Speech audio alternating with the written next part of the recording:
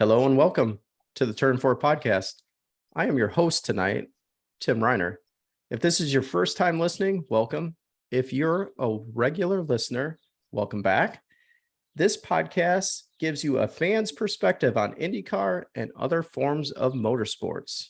Before we get started, let me introduce you to my co-host, Dan Maldonado. Hello, Dan. Hey, Timmy. How's it going? It's going great. Tonight, we have perhaps a unique episode in that I'm just coming off vacation. This is my last day of vacation. I was traveling with my family, and Dan is driving from Chicago to Columbus, Ohio. How's the drive going, Dan? It's going okay, but I just want to point out I'm not on vacation. I'm on the clock. That's right. I was on vacation in North Carolina and spent some time in NASCAR country, I'll call it, and had a good time out there. You are actually, go ahead. You went to the museum, right? Yes, we went to the museum and checked out the NASCAR Hall of Fame, which was a very interesting experience for myself, my children, as well as my wife. I think, they have 4 floors of activities and things to do. They had the iRacing there, which was a simulator, as I'm sure everybody knows. You could race against others there. And I think that was probably the attraction for the kids and myself. But a lot of history there, all the Hall of Famers. They had a room of Hall of Fame folks with their picture, if you will, and then a write-up about them. So I took a video and put it on our Twitter account. So if anybody, on our Instagram account, I believe. So if anybody wants to check that out, go to our Instagram page and check that out. But it was really cool. The other thing that we got to do, Dan, which you would probably be really impressed because we put a video out there and we did this at the Detroit Grand Prix several years ago, was do tire changes. And this is yeah. So you had to jack the car, you had to do all the lug nuts, and you had to fuel the car, and you went against somebody else. So they had 2 cars set up. And so me and one of my sons and my son and my daughter went against us, and we were victorious, me and the oldest son. So it was good. Nice. Good job. Yeah. And hey, did you go to a rodeo too? I did. I went to the PBR, Professional Bull Riding event that was held right there at Tryon International Equestrian Center, which is where we were for my daughter's riding event. And so PBR was there Friday night and Saturday night. And we went on Friday night and checked that out. And I did put a video out there of that as well. That was really cool. Did you see that, Dan? I did. I saw the rodeo video. Yeah, that's pretty cool, Tim. That sounds like a fun time to me. It was a really good time. Yeah, it was a really good time. And I think the other thing that kind of ties back to NASCAR is that Richard Childress is an owner of one of the teams.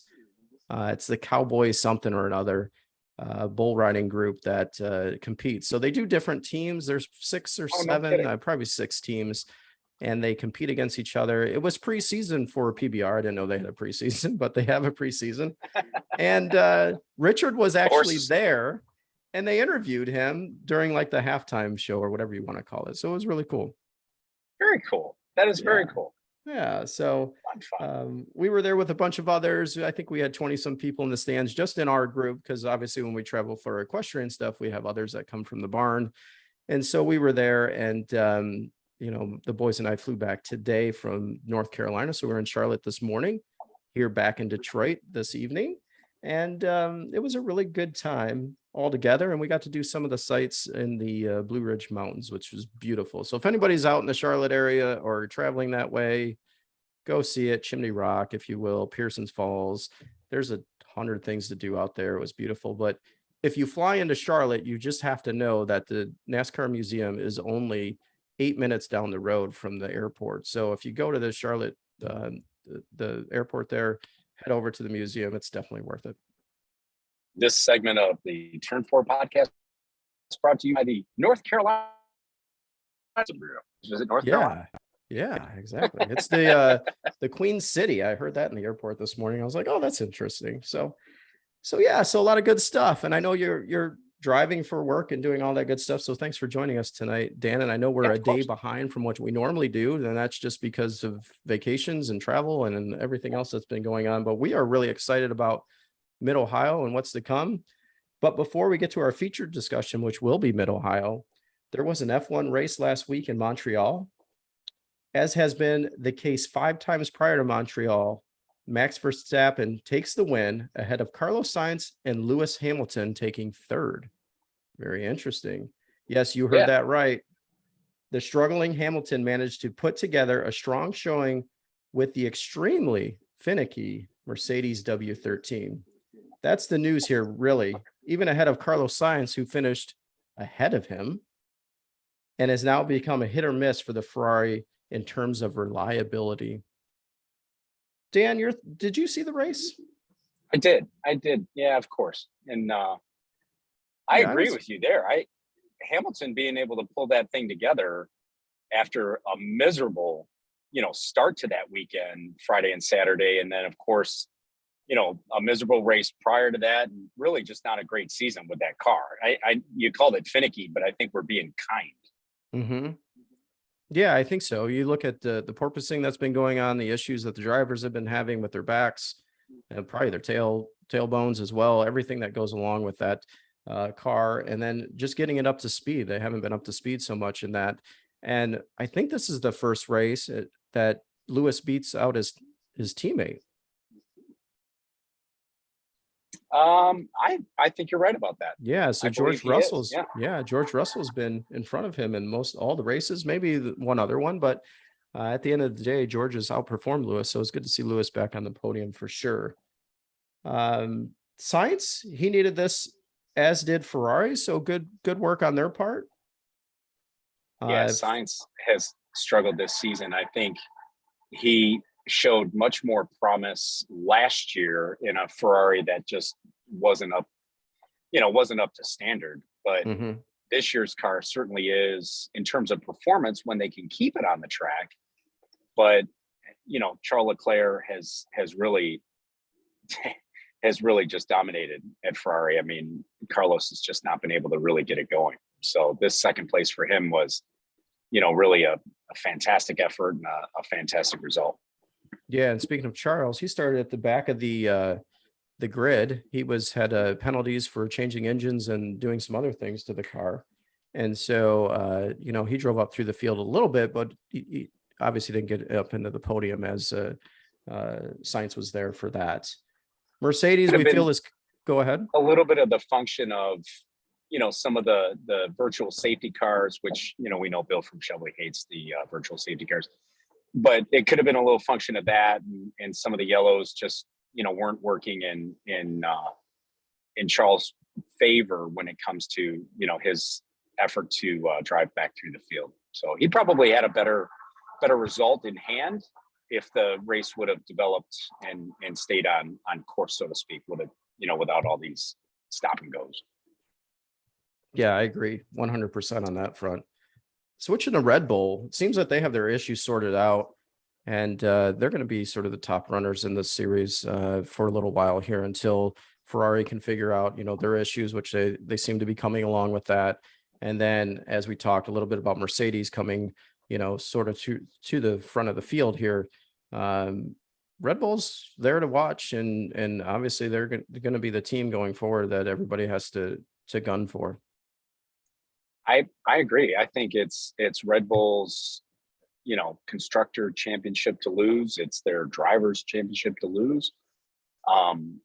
Ferrari, which I thought was going to be super strong this year, has just stumbled and stumbled and stumbled. They just keep stepping on their own feet, be it with strategy or pit stops or, reliability, which is just a mess. I mean, and it's not to say like Red Bull has been bulletproof in terms of their reliability, but the things that have gone on with Red Bull aren't continuing, right? So, I mean, the engine, they had some fuel pickup issues in the beginning, solved, right? They had whatever issues were with this DRS, especially on Max's car, solved, Yep. right? So they seem to be, on top of some of the by comparison, I want to say by comparison to Mercedes and by comparison to Ferrari, whatever reliability issues that Red Bull had, I think are minor in comparison.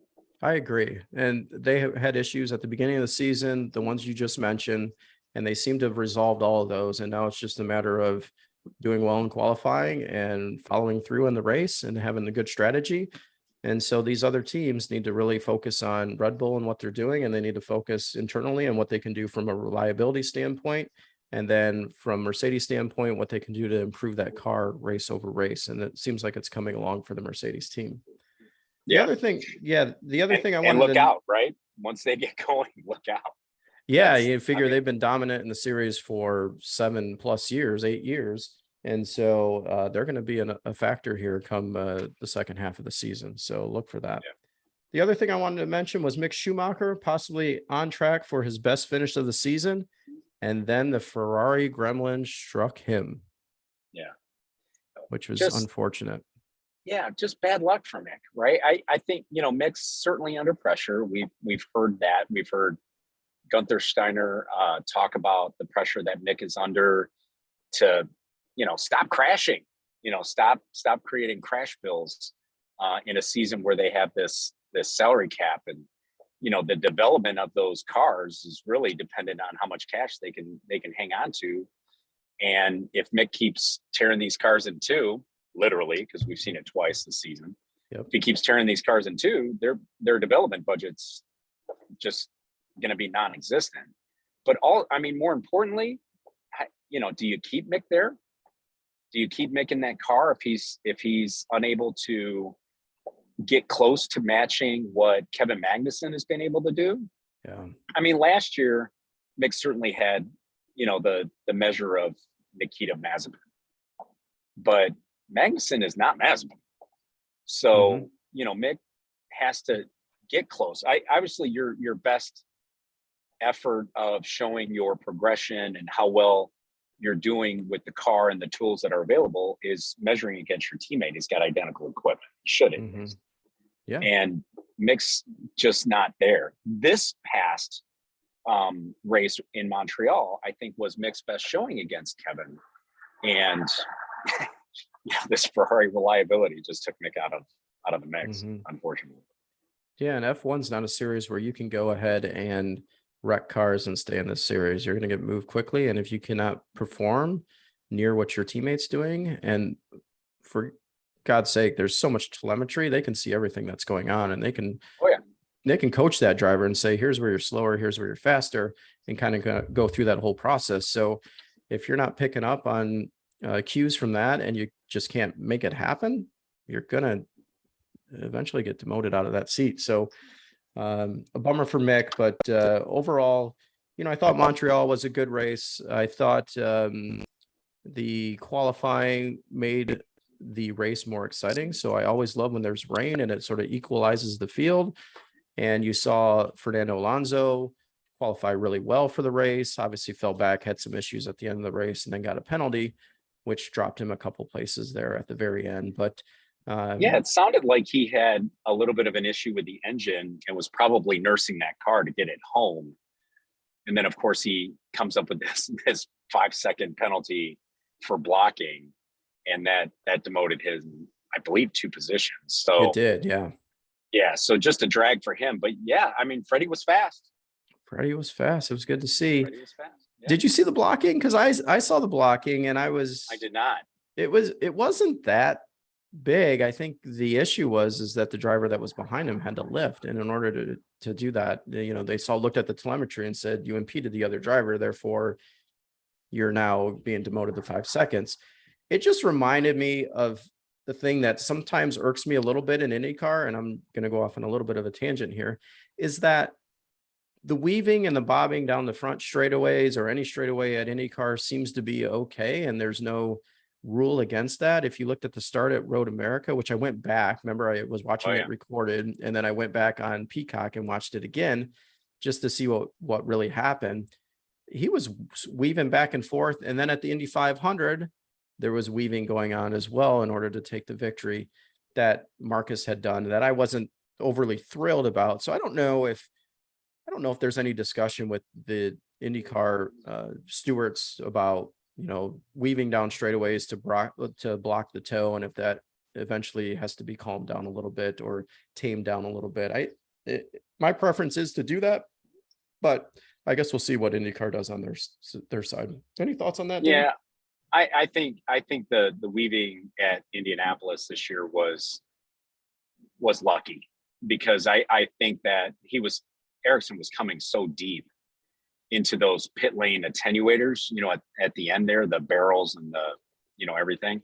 Mm-hmm. That could have gone wrong for somebody who just in an instant looked down or looked away or something, right? He would have just gone head into that thing at full bore. Yeah. And that's coming down the front. That's coming yeah, out of turn 4 you're talking about right there at the yeah, entrance to the pit lane. Yeah, it was all the yeah, way down into almost yeah. pit lane. So I think IndyCar does have to do something about it. I mean, you know, on in this case with F1, I mean, Fernando Alonso was just trying to hang on to that spot for dear life, and he got caught. Yeah. He got caught. So Yeah, it didn't look that bad to me. The rules are it is what it is. I agree. I didn't see it. But he's a pro, so I'm sure he knows. He's a pro. He's a veteran. I'm sure he knows how to do that in a way where, maybe he feels like he can get away with it. Yeah. And he just didn't. Yeah. All right. Very good. In other news, other motorsports news, SRX ran their first 2 races of the season. Elio Castroneves, 4-time Indy 500 winner, took victory at Five Flags Raceway in Pensacola. It sounds like Elio kind of invited himself to this round and won that race. Pretty amazing.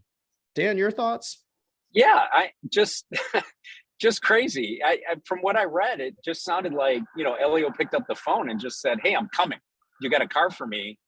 And they were able to put him in a car that was prepared. I don't know if it was prepared for somebody else, but he gets in that thing and he wins the feature. That's just crazy. I mean, and it sounds like it's gonna lead to him, finding himself possibly in the field at the Daytona 500 next year. Which is cool. I love that. Totally cool. Yeah. It sounds like old school where you just show up at the track, you get a ride, and you go out there and compete. And in this circumstance, he ended up winning the event, which was awesome to see and awesome for him. And as you mentioned, he had some agreement that if he won one of these races, and maybe it was just that, if he won the one that he showed up at, he was going to get a ride at the Daytona 500. So he was going to be in a stock car. So we'll see if that comes to fruition. Totally throwback, Tim, right? I mean, we're talking totally. Mario Andretti era, AJ Foyt era, Al Unser Sr. era, and that's what those guys did. They drove 4 wheels. It didn't matter what was surrounding it or not, if it was open wheel or open cockpit or whatever it was. Those guys got in and drove whatever they could drive. Yeah. Does this solidify Elio's greatness? Show up and win? I think it's just some added dressing, so to speak, because I think his record at Indianapolis, I think, is solidified his place among the greats. And IMSA, right? He's done well in IMSA. Yep, for sure. So that as well. So I think he can show up and drive and just about drive anything. So hopefully we'll see him continue in the SRX series. So the second race was just this past weekend, and Tony Stewart was sent fuming by Ernie Francis Jr. Did you notice that he was identified in the Racer article as a Trans Am driver? He's actually an Indy Lights driver. Exactly. You and I, we saw him at the media luncheon in Detroit when we were there, and he was doing his media obligations, and they had his car there. He's very clearly an Indy Lights driver. But let me back up just for a second. Tony was pissed, like beyond pissed, with his coming together on track with Ernie Francis, and I think they kept saying Uncle Tony's upset, and it's like, well, yeah, but he's still Tony Stewart. It doesn't matter how many years he's been out of the cockpit, however many years that's been, and he's still Tony Stewart. So yeah, you're not gonna rattle his cage and think you're just gonna get away with it. So I'm sure that was a pretty that was a moment of elevated heart rate for Ernie Francis Jr. But let me get back to your point. So this is now twice, right? So Max Chilton set a new record at Goodwood in an electric car, and most of the articles there identified him as a former F1 driver, which is crazy. Yes, and I think I put that on my Twitter account where I said he's got like 35, Formula One starts and like almost 90 IndyCar starts. So I mean, at one point, does one become, an IndyCar driver and not a former Formula One driver? And just like Ernie Francis, he's in Indy Lights currently. Yeah. So that would make him an Indy Lights driver. And exactly. In our opinion, Max Chilton, an IndyCar driver. Yes. And it just went the opposite way, which is crazy to hear. Yeah. It makes me nuts. I want names. I want to know who's behind that. Yeah, me too. I want names. Yeah, I want names. Give us names and numbers and we'll reach out to them and go, listen, you did this wrong. That's right. But yeah, SRX, good to see that out there. I saw a lot of Twitter activity about that series and about the races that took place. I unfortunately wasn't able to see either of them, but I'm looking forward to seeing the ones that are coming up. Did you see Max Chilton's run at I think it was Goodwood in that electric car? Did you see the video of that? No, I did not. Do I need to look that little that up? car? It looks. It's fast, obviously, right? I mean, you and I both talked privately about electric cars and how fast they are. Yep. But it's funny. It's so fast, and then the shape and the size of that car, it almost looked like CGI. Like it was like they were putting us on, right? Like they were making it up because it was so quick and just so little. It kind of looked like a modern Batmobile, but like half the size. Wow. Very like a Matchbox Batmobile. It was cool, but good for him. Yeah. Good for him. He's a good guy. Yeah, for sure. Good guy. And well, I'll have to check that out for sure.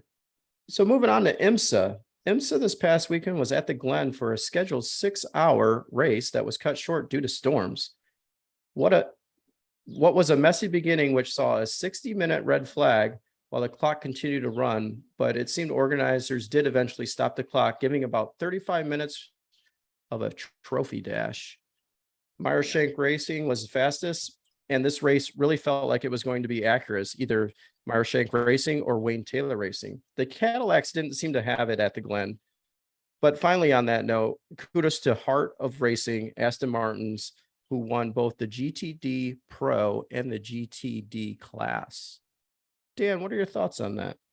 Yeah, I was actually, I did not see the race because, as you know, I had a pretty busy weekend at home. But I was keeping up with it a little bit on Twitter, and then I was keeping up with it a bit on Racer as well.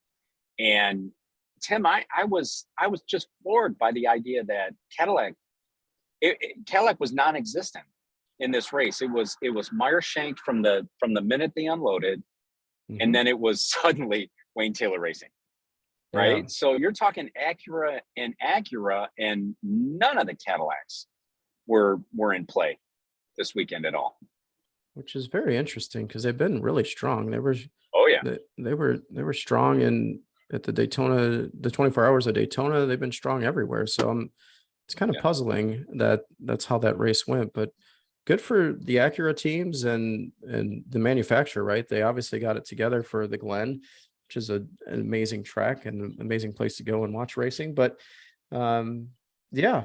So before we move on into Mid-Ohio, we have some other IndyCar news, right? Yeah. All right, let's talk about it. Lola Cars has a new owner, businessman and IMSA driver, Till Bechtel-Schmeier. I know I'm going to mess that up, even though it's it's out there. But yes, Till. Dan, I know you want to see chassis competition back in IndyCar. Might we see this come true? God, I hope so. I really do. I hope to see some chassis competition. And I mean, all thanks to Dallara for sticking with IndyCar as long as they have, and Yep. extracting everything they can out of this current chassis that's been around for 10 years. But, putting a second chassis in there, locking down some rules, in terms of development and cost and all that, what they can do. I still think that there's a way to do it where you could have, a choice where it's not just a total spec series with, just a Dallara or just a Lola chassis. But it's good to see. It's good to see that, Till buys Lola cars. He has some aspirations for it. Whether or not it comes to fruition in IndyCar, it'd be curious to see. To see. Yeah, Okay, which Lola was. I'll give you a crazy conspiracy theory if you want one, because I know where you're love going on putting, this because I'm thinking the same thing. But go ahead. I love putting 2 and 2 together and coming up with 5.5. Mm-hmm. But think about it. IndyCar, and I want to say Roger Penske, IndyCar announced that they were going to hold on to the current Dallara chassis for a couple more years. And Roger Penske is dialed in here. And if Till doesn't just wake up Monday or Tuesday morning and decide to buy Lola cars, Which and was walks out with defunct, a by big the way, box right? of Lola cars on Friday. Yeah, exactly. Yeah. So, maybe Roger got a sniff of what was going on, or maybe got a peek under the tent of what was going on and decided, hey, maybe we don't need to rush into a new chassis or rush Dallara into delivering us a new chassis for 23 or 24. Yeah, with the Let's new see engine. what Lola cars can do. Yeah, let's see what Lola cars can do. And maybe, hey, competition is good, Tim, when it can drive, competitive bids. I agree. And maybe that's where this is headed. And that's the same thing I was thinking is like, why would you rush into the new chassis when you know this is potentially coming?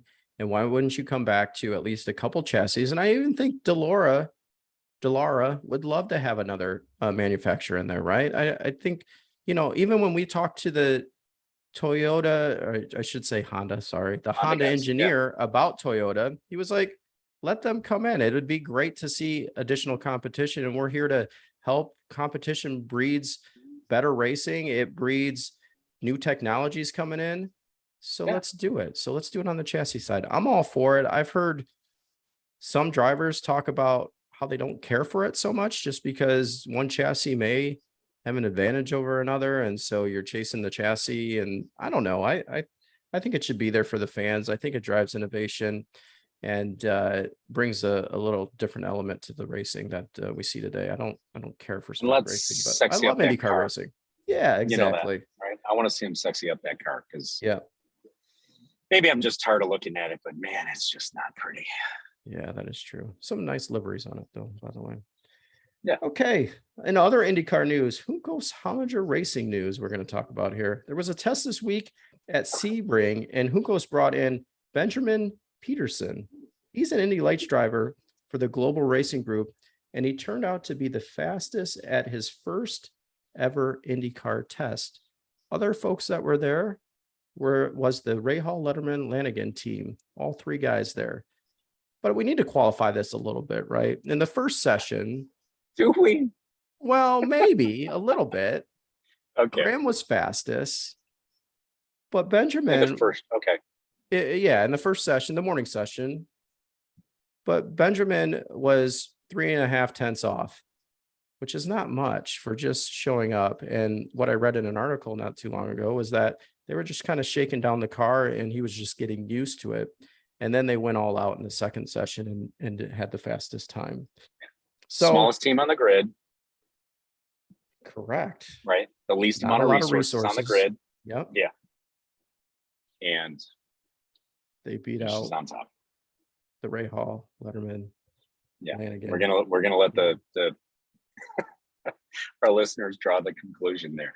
Yeah, it's just, and there was some talk that they were doing testing on push to pass for Honda. That would be the Rahal team for sure. But at the end of the day, this kid was fast. Ricardo was very impressed with him, as he should be, coming in and doing that. And Benjamin even talked about his fitness and how he's been working up to this for the last 1.5 years and really going to the gym and building the mass you need in order to wrangle these Indy cars around a track. You figure no power steering, much heavier than an Indy Lights car. And he said he wasn't that fatigued. So give it to him. I think he's 22 years old. So with that, he's a young guy, and we'll see what happens. And we know that Juncos is looking to expand to a second car, and he's looking for drivers. I don't know where this will lead, but we'll see where it goes. But all right, Good on for other Benjamin. news, Good for Ben. good for Ben. On other news, Foyt and Rocket. It seems that Rocket has been delinquent in payments to the Foyt team, but in review of the Mid-Ohio lineup, Rocket is listed as the primary sponsor for both Kyle as well as Tatiana. But it calls into question how does Tatiana and how does this all play out for the rest of the season? And is Rocket in for the long haul? Dan, thoughts? Yeah, that's, it's sad to hear that. Well, first of all, I guess I'm shocked that, primary sponsorships are paid in installments as they happen. Mm-hmm. Right. Like, I guess I would have just figured you made a commitment to the team for this season that it would have just been, a $2, $3, $4 million check paid to the team so they can do what they need to do to, fund the efforts for the season, as opposed to this sort of pay as you go type of plan. So I'm kind of surprised at that. I would be really, really sad to see Tatiana Calderon, miss out on the balance of the season because of, this sponsorship situation. Mm-hmm. It sounds like Kyle's, Kirkwood in the 14 also runs the Rocket livery as well, but it sounds like Kyle's situation is not dependent upon, Rocket's payments, but Tatiana is. Yeah. So, it would really be a shame to see her sidelined because of this. So I hope they're able to sort out the situation one way or another. Yeah. And I would imagine that Kyle's isn't in that situation just because, he's under contract with Michael Andretti. So Andretti Autosports. So I'm assuming there's some money coming from that side of the fence. In other news, Racer and Marshall Pruitt wrote today. I don't know if this is really new news, but it was very interesting. They wrote about Felix Rosenqvist has a new McLaren Racing contract extension in hand, but it'll be a few months until he knows whether he'll remain in the NTT IndyCar series or be deployed to the team's FIA Formula E program in 2023. Yeah. So this was a thing that was making the rounds, while you were watching preseason PBR. And there's a quote there that,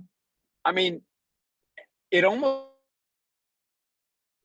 Felix's quote is Felix is going to race in Formula E. Like, I think he is mentally gearing up for racing in Formula E. And I know you don't have the quote in front of you. That's totally fine. But that's what it sounded like to me. But again, I think, the last time we came together and did our pod post Road America, we talked about, possibly some winds of change coming through Ganassi, and, one of those winds sweeping somebody out of that team into, the papaya orange at Aero McLaren. Mm-hmm. And I know that Chip put something out this week saying that, the plan is for status quo. And I still look at that like he said the plan is status quo. That doesn't say status quo. Yeah. So I still feel like Aero is trying to either detach Palou from Ganassi or potentially Dixon from Ganassi, potentially Ericsson from Ganassi, to slot into one of those orange cars. And if that happens, then they're going to move Felix to Formula E. And he's fine going there because, again, he's a racer. He wants to race. He wants to stay in the McLaren family. I don't blame him. Yeah. But I don't know. That's not as settled as maybe people have it sort of looking at this point. I still think it's still very much undecided. I think it is too. I think it is too. And from what I see here, and I'm kind of paraphrasing a little bit, but Zach Brown obviously McLaren CEO told Racer that it's really not about Felix. He said he's very comfortable with Felix being in an IndyCar or a Formula E driver.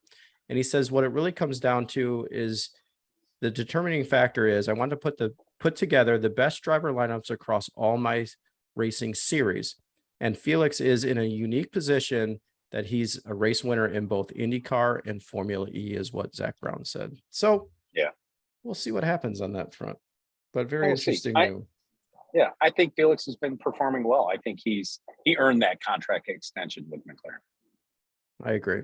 He did. Yeah. And well, I hate to see him go, but if he goes, all the best to him. I did see the Formula E car. I don't know if you saw the rendering of that car, but it looked pretty sharp. And I'm That is not pretty sure. cool.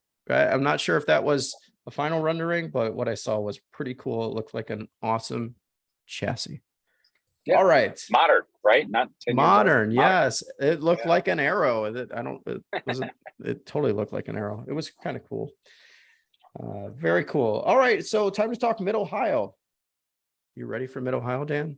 It's been a couple weeks. Yeah.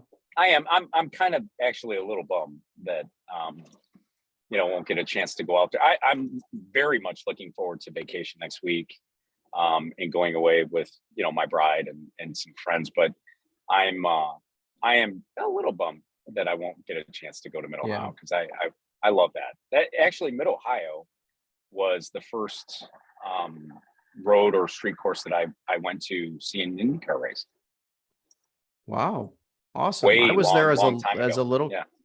as a teenager, I guess, a young teen. Yeah. I was at Mid-Ohio with my brother and his girlfriend at the time, who is now my sister-in-law. But anyway, we went there and watched the IndyCar race, which I love the racing there. So I think the race that Wendy and I went to was Jan Magnussen's first race in IndyCar. Oh, wow. That was big news. It was the first Mid-Ohio race that I went to. You figured, Tim, that's got to be easily 20 years ago. Easily. Or longer. I don't. Well, yeah, it's probably longer than that. I'm not even certain that we were married. 25 years ago. Yeah. Yeah, for sure. So as most of our listeners would know this, right? Well, Mid-Ohio is a permanent road course. On permanent road courses thus far, there's been split results. The two prior road courses this season, award-winning Barber and Newgarden winning Road America. Dan, what are your thoughts when it comes to being on a road course again, having two Chevys win, one from the Arrow McLaren side and the other from the Penske side? Yeah, I'm anxious to see if Honda is able to pull, something out of their bag of tricks to, try to level the playing field here, because like you said, I mean, award won handily there, and that's a Chevy at Barber, and then of course Newgarden and Team Penske have been on a tear everywhere, and they won that race pretty handily. I mean, Rossi never lived up to the promise that he had shown in qualifying. So, we'll see what Honda does. And you know what, Tim? Mid-Ohio is a Honda home event. That is true. In Central Ohio. Yeah. That is true for sure. And a home event for Ray Hall, Letterman, Lanigan team. Hope they can pull something out of their hat as well. I know. So I do as well. So is this the revenge tour going on here? So think about this. Palou missed out on points at Road America. Power, who has spun by DeFrancesco in the last race. And as you mentioned, Rossi didn't have the pace on race day in order to, take his pole position and win at Road America. So Palou, is he going to come in strong here? That's going to be the question here after the Road America debacle and the teammate bashing that went on. I'll, say that so eloquently. And then, Power and the issue that he had with DeFrancesco. And lastly, like I mentioned, the Rossi side of it. So those will be some drivers to watch this week for sure. I think Rossi is driving with a bit between his teeth, no matter what, knowing that, it's his final season with Andretti. And I think he wants to try to finish strong and develop momentum going into Arrow McLaren next year.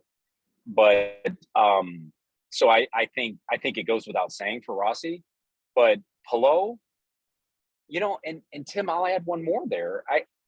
Dixon. I think Ganassi's team, and when I say that, I mean Ericsson, Palou, and Dixon.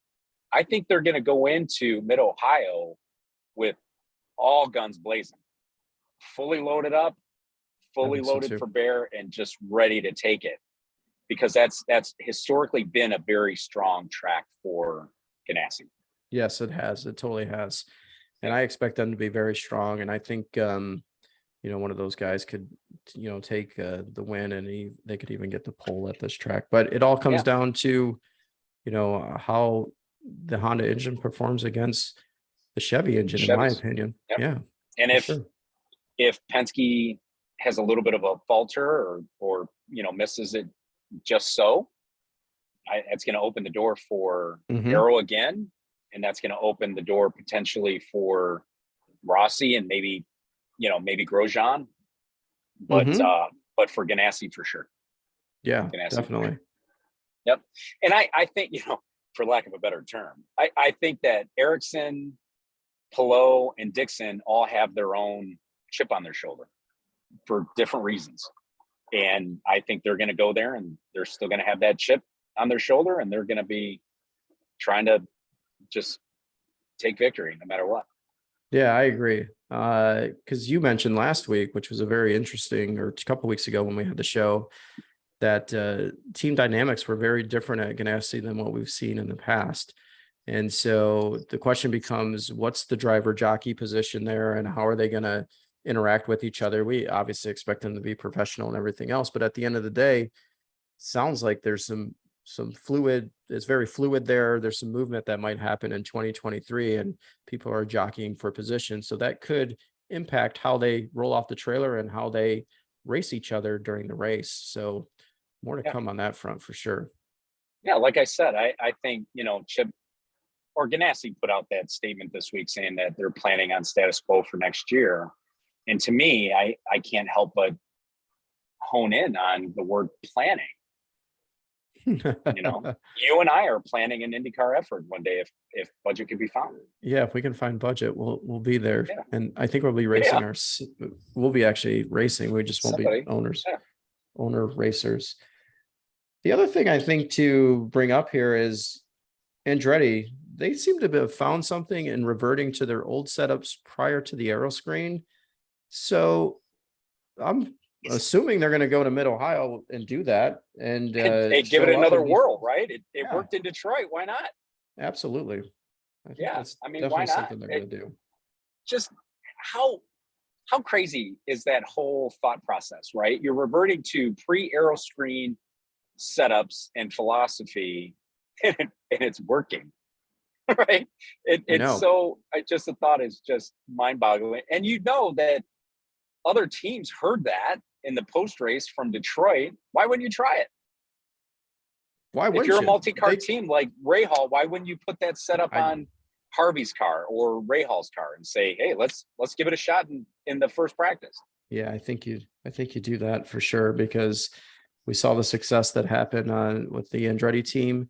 And I'm assuming they're going to do that in Mid-Ohio. And, if you're someone like the Rahal team, go ahead and do it, right? It's your home track. You need to perform well. It's Honda's backyard.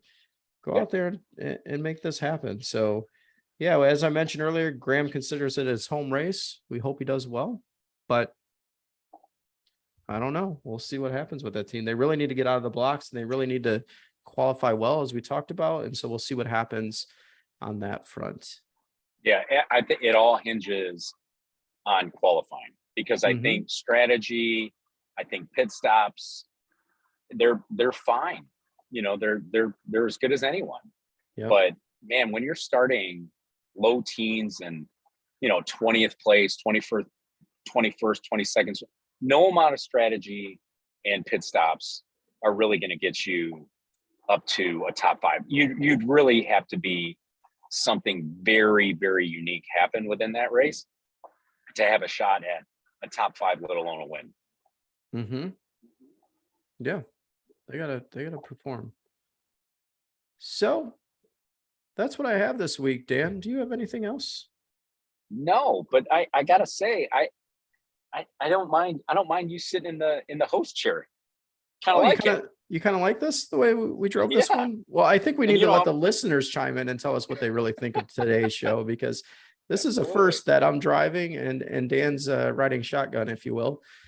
Even though he is driving and he is not riding shotgun, he is cruising down the road over to I'm Columbus, on Ohio. I-65. I just passed Purdue University Oh, in very Lafayette, nice. Indiana. Yeah. So you still have a long ways to go to get over to Columbus, Ohio. Well, it's not as long as it seemed to, maybe 45 minutes ago, because the time finally changed on the Apple CarPlay here. So it's Oh, now caught up. So yeah, I've got you went from Central to Eastern time zone. yeah. Very So cool. I still have a pretty good drive here. So about 3.5 hours. Yeah. The other thing I would just like to say about Mid Ohio, it's a great event. It's a great place to take a family. The hills, the elevation changes there. It's a road course, and that's what you expect out of a road course, and this one definitely delivers. So I'm excited. And I don't want to speak out of turn, but I when you and I went, you and I just wandered in like we normally do, just wandered into the kind of that garage area, and nobody stopped us. No, it was totally open. That was the IMSA race, and they just let us kind of flow. And Yeah. they've got the upper balcony area that you can look over the paddock and inside to almost really the garages and what's going on, which was always cool to see. And then we ran into a bunch of drivers and, owners and things of that sort. It was really open to the fans, which Detroit really was as well, right? You could pretty much go anywhere you wanted except for on pit road, and you didn't need a special pass. And I thought for Detroit, it was about the flow. At Mid Ohio, they could totally shut that off, but they do leave it open, and it's always a great event. And can't wait. I might even be rooting for some rain just to see a race in the rain. But it's always a great event, and I've got memories going back there for many years. Yeah, I love Mid Ohio. Love Yeah. Mid Ohio. All right. Well, that's a wrap, I think, this week, Dan. It's a wrap. Yeah, that was good. I like it. I'm looking forward to the race. Look forward to the race review. Maybe I'll let you host it again. All right, sounds I shouldn't good. say let you. It's our show, but yeah, you should host No, it again. you need to push me to do it. That's all. It's not letting, it's pushing me. All right, so make sure, fans, you engage with us on social media. We love that part of the job, if you will. So Yes, Twitter, Instagram, definitely look for us. Consider becoming a patron supporter at our patron supporter site. So it's patreon.com/turn4podcast, all spelled out. Our Twitter handle is at turn4podcast1, no T. There's a 1 at the end because someone took our Twitter link. And then we have Instagram as well as our website. So, and don't forget to watch us on YouTube. If you watch us on YouTube, you're going to see Dan in a still picture and I will be on camera. So still picture that in the Jeep that I no longer own. In the Jeep you no longer own. That is correct. The Jeep Wrangler I no longer own. That is correct. Even though you're driving a Jeep Cherokee today. But anyways, a Grand Cherokee, by the way. I know I had to get I'm that actually in my bride's Ram, but that's a story for another Are you time. really? Yes. Well, it's a Stellantis product. We'll just go with that. That's right. All right. With that, that's a wrap. I'm going to say good night, Dan. Thanks, everybody. Yep. Thank you for listening.